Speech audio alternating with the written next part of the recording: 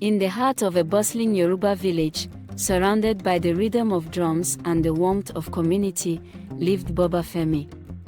He was a man of humble beginnings but with a heart full of dreams for his children.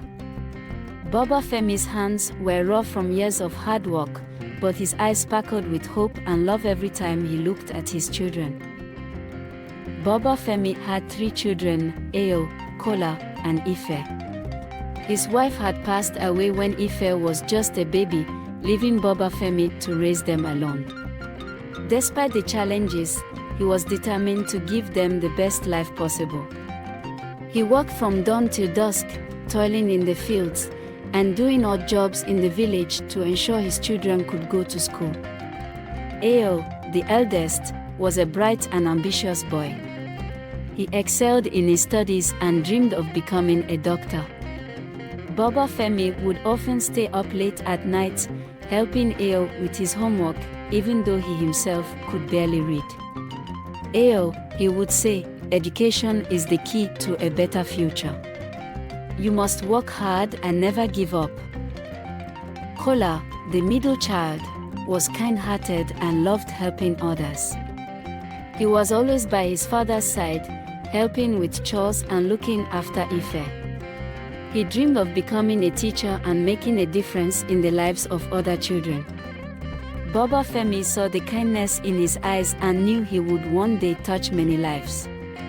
Ife, the youngest, was a dreamer. She loved drawing and painting, and her imagination knew no bounds.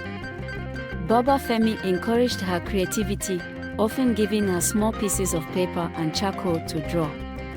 Ife, he would say, your dreams are as beautiful as your drawings. Never stop dreaming, my child. Years passed, and Baba Femi's sacrifices began to bear fruit. Ayo graduated from medical school, Kola became a teacher, and Ife's artwork was recognized far and wide. They all moved to the city, where opportunities were greater and dreams could flourish. Baba Femi was proud, but he missed his children dearly.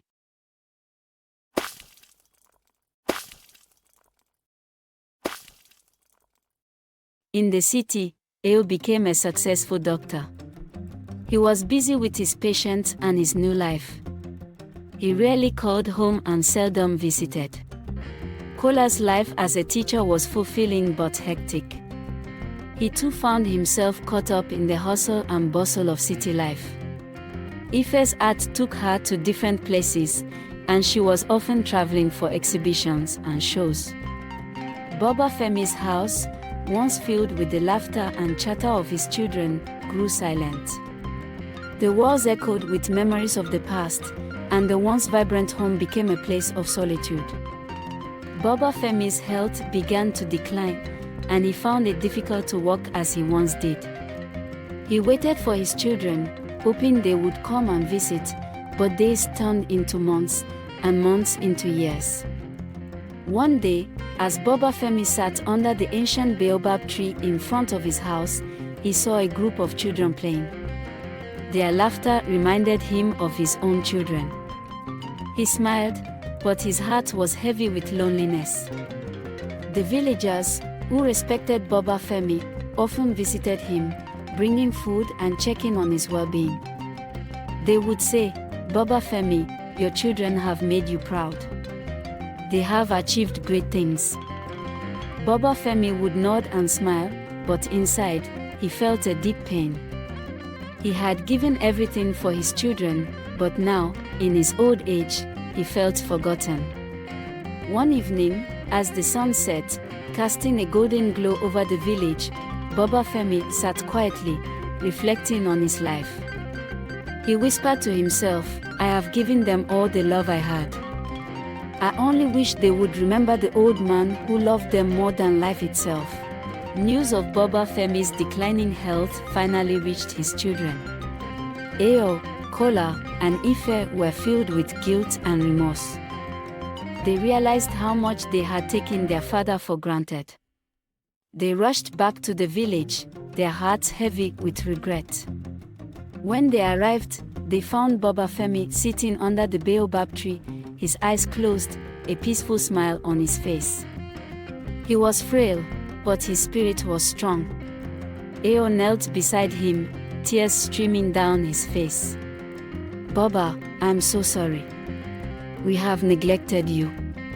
Please forgive us." Kola and Ife joined their brother, their faces wet with tears. Baba Femi opened his eyes and looked at his children, now grown and successful. He smiled and said, "My children, you are here now, and that is all that matters. I am proud of you all. Remember, love is the greatest gift we can give." They spent the following days by their father's side, listening to his stories, sharing their own, and making up for lost time. The village once again echoed with laughter and love. Baba Femi's heart was full, knowing his children had returned. As the days went by, Baba Femi's health continued to decline, but he was no longer alone. Surrounded by the love of his children, he passed away peacefully, under the shade of the baobab tree. His legacy of love and sacrifice lived on in his children, who vowed never to forget the lessons their father had taught them. And so, the story of Baba Femi, the forgotten father, became a tale of love, sacrifice, and the power of family. It was a reminder that no matter how far we go in life, we must always remember the ones who helped us get there.